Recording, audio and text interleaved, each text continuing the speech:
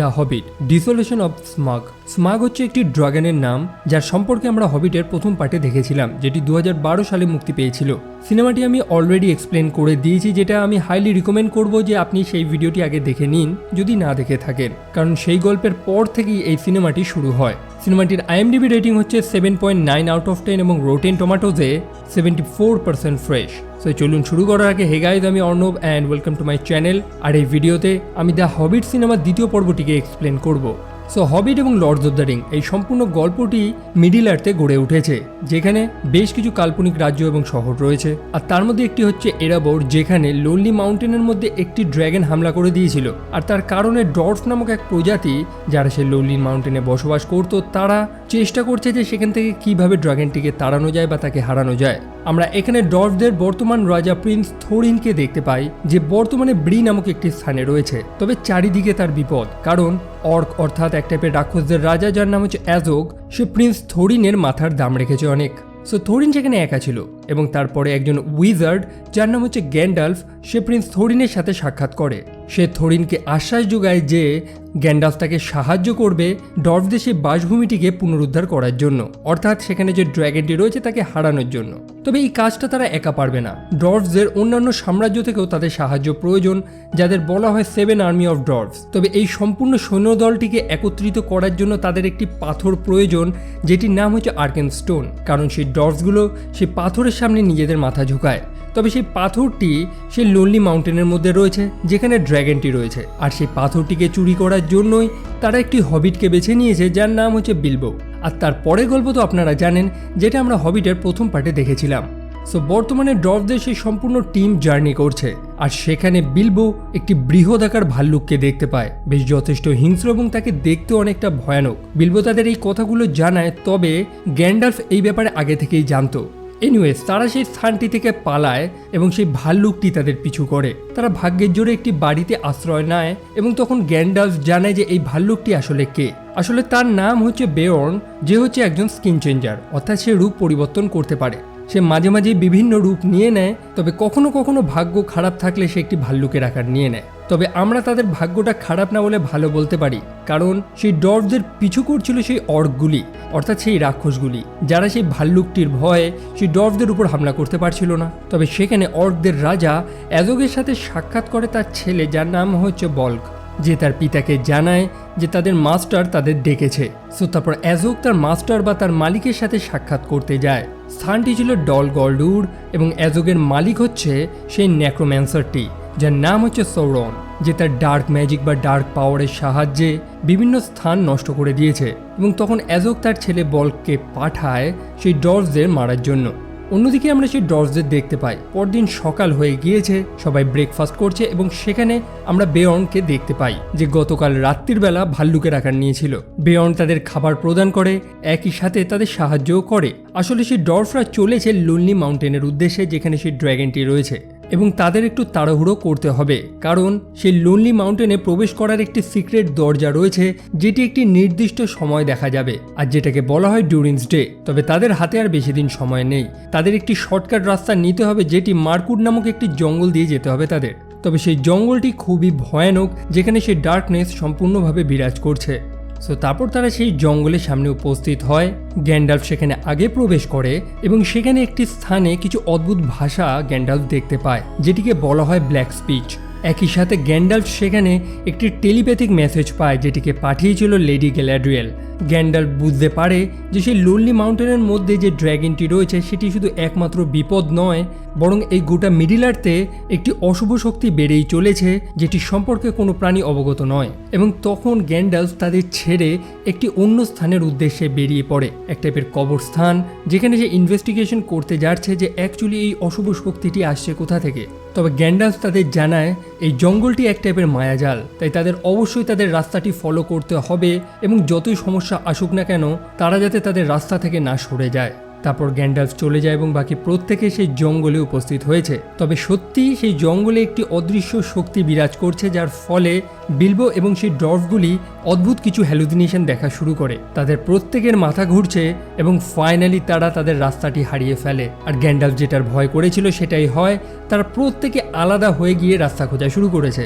তারা সেই জঙ্গলের মধ্যে দিক নির্ণয় করতে পারছিল না, যার কারণে বিলবো একটি গাছের মাথায় ওঠে দিক নির্ণয় করার জন্য। তবে বিলবো কিছু অদ্ভুত জিনিস লক্ষ্য করে এবং সে নিচে নামার পর লক্ষ্য করে সেখানে বেশ কিছু বৃহদাকার মাকড়সা রয়েছে, যারা বিলবো এবং বাকি মানুষগুলিকে তাদের জালে জড়িয়ে নিয়েছে।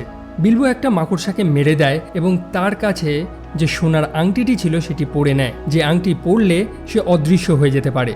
তারপর বিলবো একটি মাকড়সাকে মেরে বাকি ডর্ফদের সেখান থেকে রেস্কিউ করে নেয়। তবে সেখানে লড়াই করার দরুন বিলবোর সেই আংটিটি তার হাত থেকে পড়ে যায় এবং তার সামনে তখন আরেকটি মনস্টার চলে আসে। তবে সেখানে আমরা কিছু অদ্ভুত জিনিস দেখি।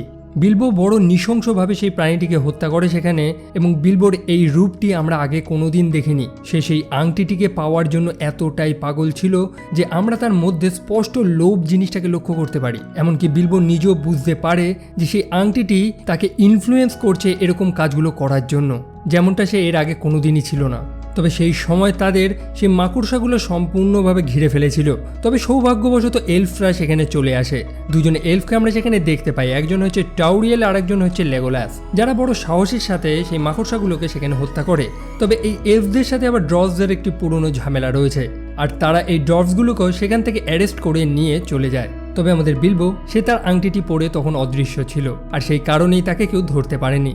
সো তারপর সেই এলফগুলি সেই ডর্ফগুলিকে অ্যারেস্ট করে তাদের নিজস্ব স্থানে নিয়ে আসে, এবং সেই জায়গাটির নাম হচ্ছে উডল্যান্ড ওয়েলস, এবং তারা সেই ডর্ফগুলিকে তাদের কারাগারে বন্দি করে দেয়। অন্যদিকে সেখানে আরেকজন এলফ যার নাম হচ্ছে টাউরিয়েল, তার আবার একটি ডর্ফকে ভালো লেগে যায় যার নাম হচ্ছে কিলি। আর তারপর আমরা সেই এলফদের রাজাকে দেখতে পাই যার নাম হচ্ছে থারন্ডুয়েল। এই মানুষটিকে হয়তো আপনাদের মনে রয়েছে যে একটা সময় ডর্ফদের বন্ধু ছিল, তবে তাদের বিপদে এই মানুষটি তাদের সাহায্য না করে চলে গিয়েছিল। সেখানে থরন্ডুয়েল এবং প্রিন্স থোরিনের মধ্যে কিছু কথোপকথন হয়। সে প্রিন্স থোরিনকে অফার দেয় যে এলফরা তাদের সাহায্য করবে সেই ড্র্যাগনটিকে সেই পাহাড় থেকে তাড়ানোতে। তবে প্রিন্স থোরিনকেও একটি কাজ করতে হবে, সেখানে যে মূল্যবান পাথরটি রয়েছে সেটিকে এলফদের রাজা অর্থাৎ থরন্ডুয়েলকে এনে দিতে হবে। তবে প্রিন্স থোরিন এই কাজটা একদমই করতে চায় না। সো তাদের মধ্যে আর কোনো চুক্তি হয় না এবং তারা প্রিন্স থোরিনকে সেই কারাগারে পুড়ে দেয়।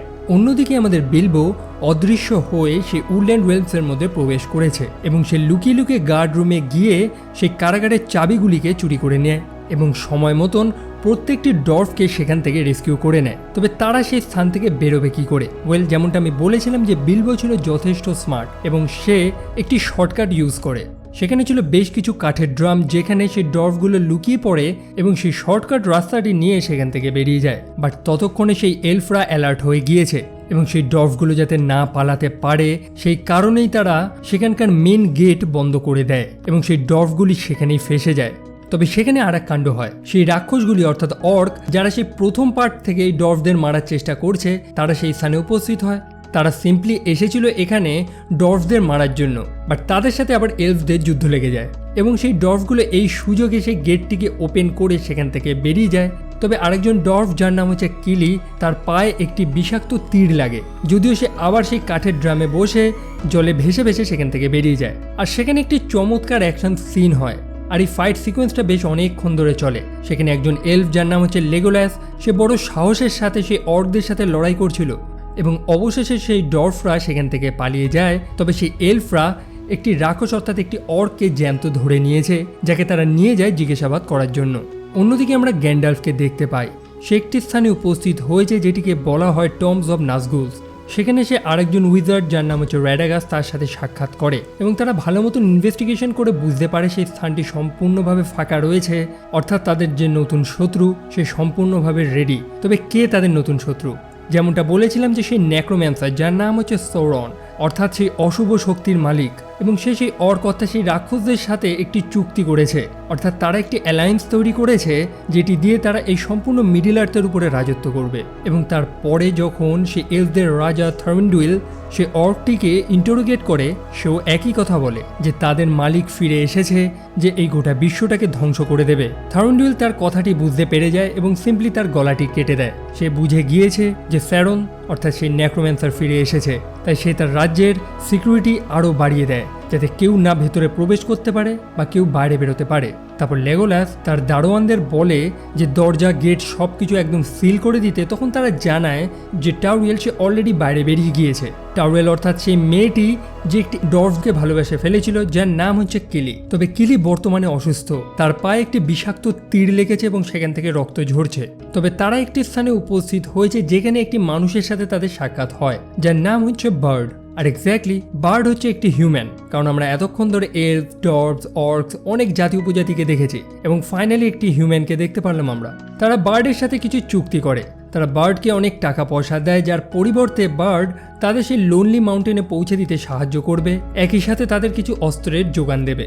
তারপর বার্ড সেই ডর্ফগুলিকে তার নৌকাতে করে নিয়ে যায় এবং সেই ডর্ফগুলোকে যাতে কেউ দেখতে না পায় তার কারণে তারা সেই কাঠের ড্রামগুলোর মধ্যে লুকিয়েছিল, যার উপরে তারা মাছ চাপা দিয়ে দিয়েছিল যাতে মনে হয় যে সেটি একটি মাছের ড্রাম। এবং তারা উপস্থিত হয় একটি অদ্ভুত শহরে। সম্পূর্ণ স্থানটি জলের উপরে গড়ে উঠেছে, যার নাম হচ্ছে এসগ্যারোথ। সো তারা লুকিয়ে সেই শহরে প্রবেশ করে এবং বার্ড সেই ডর্ফগুলিকে তার নিজের ঘরে আশ্রয় দেয়। এবং সেখানে আমরা একটি চমৎকার গল্প শুনতে পাই। বার্ডের একটি পূর্বপুরুষ ছিল যার নাম হচ্ছে গেরিয়ন, যে সে এরাবন নামক স্থানটির একজন রুলার ছিল। সেখানে যখন ড্র্যাগনটি অ্যাট্যাক করেছিল তখন গিরিয়ান একটি তীরের মাধ্যমে সেই ড্র্যাগনটিকে মারার চেষ্টা করছিল। সেই তীরগুলিকে বলা হয় ব্ল্যাক অ্যারো। অ্যাকচুয়ালি সেটিকে সেই ড্র্যাগনদেরই মারার জন্য বানানো হয়েছিল। তবে সেই ড্র্যাগনটির স্কিনটা এতটাই শক্ত ছিল যে সেই তীরে তার কোনো ক্ষতি হয় না। তারপর সেই ড্র্যাগনটি গোটা শহরটিকে তো ধ্বংস করে দেয়, তবে একই সাথে সেখানে গিরিয়ানের অনেক বদনাম হয়। প্রত্যেকে মনে করতে থাকে যে গিরিয়ান হয়তো তার লক্ষ্য মিস করেছে বা সেই ড্র্যাগনটির গায়ে হয়তো সেই তীরগুলো লাগেনি, এবং সেই পূর্বপুরুষের বদনামটা বর্তমানে বার্ড এবং তার পরিবারও ফেস করছে। তবে বার্ড জানতো না যে তাদের বাড়িতে যে মানুষটি রয়েছে সেটা হচ্ছে প্রিন্স থোরিন, এবং সে যখন জানতে পারে তখন তার মাথায় একটি পুরনো ভবিষ্যৎবাণীর কথা আসে। সেটি ছিল এক টাইপের প্রফেসি, যেখানে বলা হয়েছে যে সেই লোনলি মাউন্টেনের যে রাজা বা যে প্রিন্স যখন এখানে আসবে তারপরেই এই শহরটি অর্থাৎ এসগারোথ সম্পূর্ণভাবে ধ্বংস হয়ে যাবে। আর বার্ড যখন তার ঘরে ফিরে তাদের আটকানোর চেষ্টা করে, সে লক্ষ্য করে যে সেই ডর্ফগুলো অলরেডি সেখান থেকে বেরিয়ে গিয়েছে। আসলে সেই ডর্ফগুলি সেই শহরের একটি আর্মরি থেকে কিছু অস্ত্র চুরি করতে গিয়েছিল, বাট তারা ধরা পড়ে যায়। এবং লাস্টে যখন সেই শহরের মাস্টার তাদের দেখতে পায়, সে চিনতে পেরে যায় যে সেটা হচ্ছে প্রিন্স থোরিন। আর সেখানে কেসটা সম্পূর্ণভাবে ঘুরে যায়। প্রিন্স থোরিন তাদের জানায় যে তারা সেই লোনলি মাউন্টেনে যাচ্ছে সেই ড্র্যাগনটিকে হারানোর জন্য, আর তারা যদি এই ড্র্যাগনটিকে হারাতে পারে তাহলে সেই পাহাড়ের মধ্যে যত সোনা রয়েছে তার থেকে বেশ কিছুটা লাভ্যাংশ তারা এই শহরে দেবে। যেটা জানতে পেরে সেখানকার রাজা এবং প্রত্যেকটা মানুষ খুবই খুশি হয়ে যায়। তখন বার্ড তাদের থামানোর চেষ্টা করে, কারণ এরকম একটি ভবিষ্যৎবাণী আছে যে এইটা করলে সেই ড্র্যাগনটি সেই পাহাড় থেকে বেরিয়ে উল্টে এই শহরটিকেই ধ্বংস করে দেবে। বাট বার্ডের কথাটা কেউ শোনে না, এবং পরের দিন বেশ যত্ন আপ্যায়ন করে সেই ডর্ফদের সেখান থেকে বিদায় করা হয়। তবে যেমনটা আমি বলেছিলাম, কিলি ছিল খুবই অসুস্থ, কারণ তার পায়ে সেই বিষাক্ত তীরটি লেগেছিল, এবং প্রিন্স থোরিন কিলিকে তার সাথে নিয়ে যেতে চায় না। বাট সেটা দেখে কিলির ভাই ফিলি এবং আরও দুজন সেখানে তাদের সাথে থেকে যায়, এবং বাকি ডর্ফরা সেই নৌকায় করে সেখান থেকে বেরিয়ে যায়। তারপর গ্যান্ডালফ এবং র্যাডাগাস্ট সেই ডোল গলডুন নামক স্থানটিতে উপস্থিত হয়েছে। বড় ভয়ানক দেখতে সেই স্থানটি, এবং গ্যান্ডালফ র্যাডাগাস্টকে বাড়ি চলে যেতে বলে, কারণ এই কাজটি গ্যান্ডালফ একা করতে চায় আর র্যাডাগাস্টকে সে বিপদে ফেলতে চায় না। তারপর গ্যান্ডালফ সেখানে প্রবেশ করে এবং তার ম্যাজিকের মাধ্যমে সেখানে কোনো অশুভ শক্তি বা কেউ লুকিয়ে আছে নাকি সেটিকে বার করার চেষ্টা করে। আর সেই মুহূর্তেই সেই অর্কদের রাজা অ্যাজগ গ্যান্ডালফের উপর হামলা করে দেয়। গ্যান্ডালফ লক্ষ্য করে যে এই অর্কসরা একটি বড় সৈন্যদল গঠন করে নিয়েছে, আর গ্যান্ডালফ কোনো মতে সেখান থেকে পালায়। বাট ফাইনালি সে সেই ডার্ক পাওয়ারের মুখোমুখি হয়। গ্যান্ডালফের ম্যাজিক বা স্পেল অতটা শক্তিশালী ছিল না যতটা সেই ডার্ক পাওয়ারটি। আসলে গ্যান্ডালফের ম্যাজিক যথেষ্ট কমজোর হয়ে পড়েছিল, এবং ফাইনালি আমরা সেই নেক্রোম্যান্সারটিকে দেখতে পাই যার নাম হচ্ছে স্যারন। সে সেই অন্ধকার থেকে বেরিয়ে আসে যেটার ভয় এতদিন ধরে প্রত্যেকে করেছিল, এবং সে গ্যান্ডালফকে সম্পূর্ণভাবে ধরে নিয়েছে। অন্যদিকে আমাদের ডর্ফরা সেই লোনলি মাউন্টেনের সামনে এসে উপস্থিত হয়েছে, তবে তারা সেখানকার প্রবেশদ্বারটি খুঁজে পাচ্ছিল না। বাট আমাদের হবিট সেটি দেখতে পেয়ে যায়, এবং তারা সেই রাস্তা ধরে সেই সিক্রেট দরজাটির সামনে উপস্থিত হয়েছে। সেই স্থানে সূর্যের আলো পড়ে, তবে তারা কোনো সিক্রেট দরজা খুঁজে পায় না বা কোনো কি হোল যেখানে তারা সেই চাবিটি দিয়ে দরজাটি খুলবে, কারণ তারা তো এমনটাই জানতো যে সেই ডুরিন্স ডের শেষ আলোতে সেই গোপন দরজাটি তারা দেখতে পারবে। বাট সূর্যের আলো তখন চলে যায় আর তারা কোনো দরজা খুঁজে পায় না। তারা বল প্রয়োগ করে সেই স্থানটি ভাঙারও চেষ্টা করে, তবে সেটা সম্ভব ছিল না, আর সবাই হতাশ হয়ে সেখান থেকে চলে যায়। তবে আমাদের বিলবো সে কিন্তু হার মানেনি। তার মনে অলওয়েজ আশা ছিল এবং সে লক্ষ্য করে যে চাঁদের আলো সেই স্থানটিতে পড়েছে এবং সাডেনলি সেখানে একটি ফাঁকা জায়গা রয়েছে যেখানে সেই চাবিটি ঢোকানো যায়। আর তারা প্রত্যেকেই বুঝতে পারে যে সেই গোপন দরজাটি বরং সূর্যের আলোতে নয় বরং চাঁদের আলোতে দেখা যেত। তারা তারপর সেই চাবিটি দিয়ে দরজাটি ওপেন করে এবং সেই ডর্ফরা এত বছর পর তাদের সেই লোনলি মাউন্টেনের মধ্যে প্রবেশ করে। তবে এবার সেই ডর্ফদের আর কোনো কাজ নেই, কারণ এবারের কাজ হচ্ছে শুধু হবিটের, যে কারণে তাকে এখানে আনা হয়েছিল। সেখানে একটি স্থান রয়েছে যেখানে রাজার সব সোনাগুলিকে রাখা হয়েছে, আর সেখানে একটি পাথর রয়েছে, সাদা রঙের একটি উজ্জ্বলময় পাথর যেটিকে বলা হয় আর্কেন স্টোন, এবং বিলবো সেটিকে লুকিয়ে লুকিয়ে আনবে। তবে সেখানে একটি ড্র্যাগন ঘুমাচ্ছে। বিলবো সেখানে প্রবেশ করে, তবে সেই স্থানটি এতটা বড় যে সেখানে একটি পাথর খুঁজে বার করা বড় মুশকিল। বাট দুর্ভাগ্যবশত সেই ড্র্যাগনটি সেখানে জেগে যায়। বিলবো তার নিজের জান রক্ষার জন্য সেই আংটিটি পরে নেয়, যার ফলে সে অদৃশ্য হতে পারে। তবে সেই ড্র্যাগনটি একটি গন্ধ পাচ্ছিল। আসলে সেই আংটিটি সোনা দিয়ে তৈরি এবং সেই ড্র্যাগনটি সোনা খুব ভালোবাসে, আর যেটির গন্ধ সে পেয়ে গিয়েছিল। তবে বিলবো সেখানে একটি অদ্ভুত হ্যালুসিনেশন দেখতে পায় এবং সে তার আংটিটি খুলে নেয়, আর ড্র্যাগনটি ফাইনালি তাকে দেখতে পেয়ে যায়। তবে যেমনটা বলেছিলাম, বিলবো ছিল খুবই চালাক এবং সে তার কথার জোরে ড্র্যাগনটিকে ব্যস্ত রাখার চেষ্টা করে এবং সেই ফাঁকে সে সেই আর্কেন স্টোনটিকে দেখতে পেয়ে যায়। তবে একই সাথে বিলবো লক্ষ্য করে সেই ড্র্যাগনটির গায়ে একটি স্থানে একটি ক্ষত রয়েছে, আর যেটা এটা প্রমাণ করে দেয় যে গিডিয়ন যে তীরগুলিকে মেরেছিল সেটা সেই ড্র্যাগনটির গায়ে লেগেছিল। কিন্তু এই কথাটা কেউ বিশ্বাস করে না। তবে সেই ড্র্যাগনটির কারণে সেই পাহাড়ের মধ্যে বেশ কিছু ডিজাস্টার হয়, যার প্রভাবটা বার্ড সেই লেক টাউন থেকে অনুভব করতে পারে। সে বুঝতে পারে সেই লোনলি মাউন্টেনের মধ্যে কিছু একটা হচ্ছে বা সেই ড্র্যাগনটি জেগে গিয়েছে, এবং সে তার ঘরে রাখা একটি ব্ল্যাক অ্যারো নিয়ে বেরিয়ে পড়ে, কারণ সে অনুমান করেছে যে সেই ড্র্যাগনটি আসবে এই শহরটিকে ধ্বংস করার জন্য। অন্যদিকে কিলি যে প্রচণ্ড অসুস্থ হয়ে পড়েছে, তবে সেই স্থানে সে অর্কগুলো হামলা করে দিয়েছে ডর্ফদের মারার জন্য। বাট সেখানে সেই দুজন এলফ অর্থাৎ টাউরিয়েল এবং লেগোলাস চলে আসে, যারা সেই ডর্ফগুলিকে সেই অর্কদের হাত থেকে বাঁচিয়ে নেয়। টাউরিয়েল বেশ কিছু গাছের মাধ্যমে কিলির পায়ে যে ক্ষতটি ছিল সেটিকে ঠিক করে দেয়। অন্যদিকে লেগোলাস অর্কদের সাথে লড়তে লড়তে তাদের পিছু করা শুরু করে, কিন্তু বার্ডকে সেখানকার সিকিউরিটিরা অ্যারেস্ট করে নিয়েছে, কারণ তার উপরে রাজদ্রোহর অভিযোগ রয়েছে। সে লোকেদের সাবধান করে দেয় যে এই শহরের উপর একটি বড় বিপদ আসছে, বাট তার কথা কেউ শোনে না। অন্যদিকে বিলবোকে সে ড্র্যাগনটির হাত থেকে বাঁচানোর জন্য প্রিন্স থোরিন এবং বাকি ডর্ফরা সেখানে প্রবেশ করে। অবশ্যই তাদের পক্ষে অত বড় ড্র্যাগনটিকে হারানো একেবারেই সম্ভব ছিল না, তবে তারা চেষ্টা করতে থাকে। তারা সেই ড্র্যাগনটির আগুনটির সাহায্য নিয়ে তাদের ফোর্জগুলিকে অ্যাক্টিভেট করে দেয়, ফোর্জ অর্থাৎ যেটির মাধ্যমে সেই ডর্ফগুলো তাদের অস্ত্রগুলো বানাতো। অন্যদিকে স্মগ অর্থাৎ সেই ড্র্যাগনটি মনে করতে থাকে যে বিলবো হয়তো সেই লেক টাউন থেকে এসেছে, যারা সেই তীরগুলো বানিয়েছিল তাকে মারার জন্য। তখন প্রিন্স থোরিন একটি বুদ্ধিমানের কাজ করে। সেই ফোর্জের মাধ্যমে তারা বেশ কিছু সোনা গলিয়ে ফেলেছিল এবং সেই গরম গলন্ত সোনাগুলি সে সেই ড্র্যাগনটির উপরে চাপিয়ে দেয় এবং মনে করতে থাকে যে সম্ভবত এবার ড্র্যাগনটি মারা গিয়েছে। তবে সেটা একদমই না। সেই গলন্ত সোনা থেকে সেই ড্র্যাগনটি বেরিয়ে আসে এবং সে সেই লোনলি মাউন্টেন থেকে বেরিয়ে পড়ে বদলা নেওয়ার জন্য। তবে কিসের বদলা?